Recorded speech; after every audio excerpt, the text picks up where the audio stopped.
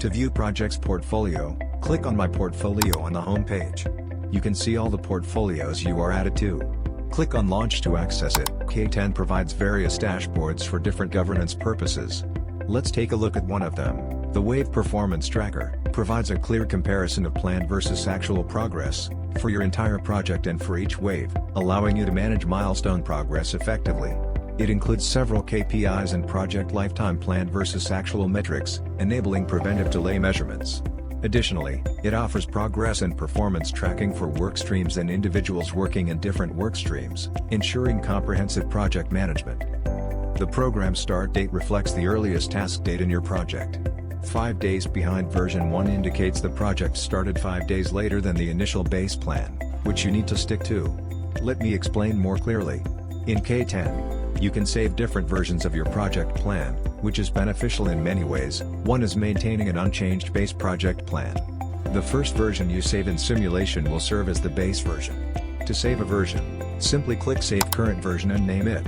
This version will then become read-only, with all applied filters remaining in view.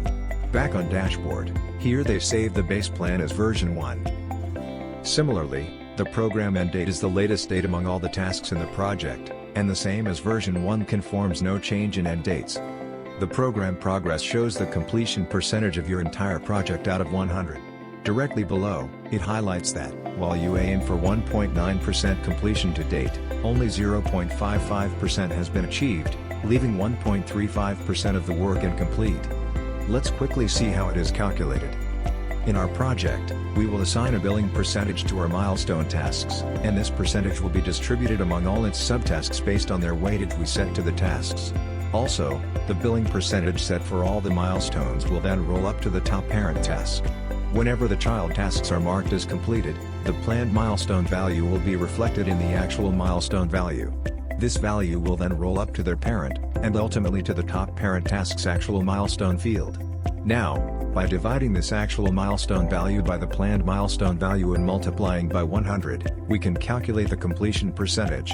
Click on the I button to learn more about weightage and milestones. You can also view these analyses wave-wise.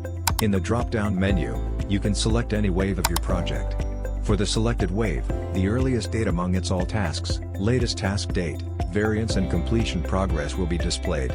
With this variance, you can also know if any newly created task or existing task has been rescheduled beyond the wave dates of project baseline version. The Schedule Performance Index, SPI, is a crucial metric that ranges from 0 to 1, providing insight into the health of your project. Essentially, it compares how the project is actually progressing against how it was planned to progress.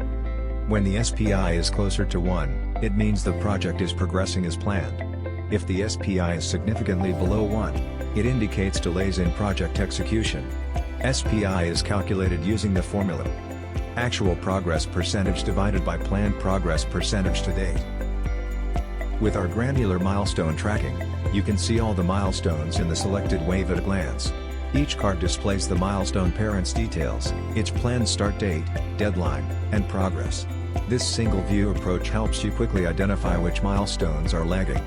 By spotting delays early, you can allocate more resources to keep the project on track, ensuring timely completion and boosting client confidence. As per your selection in the dropdown, in the planned versus actual completion graph, you can see the planned completion percentage and the actual completion percentage over each month for your entire project plan. This allows you to identify if delays occurred at specific times or continued over a period. By viewing the entire project plan, you can see how much you planned for each month and identify months with higher planned completion.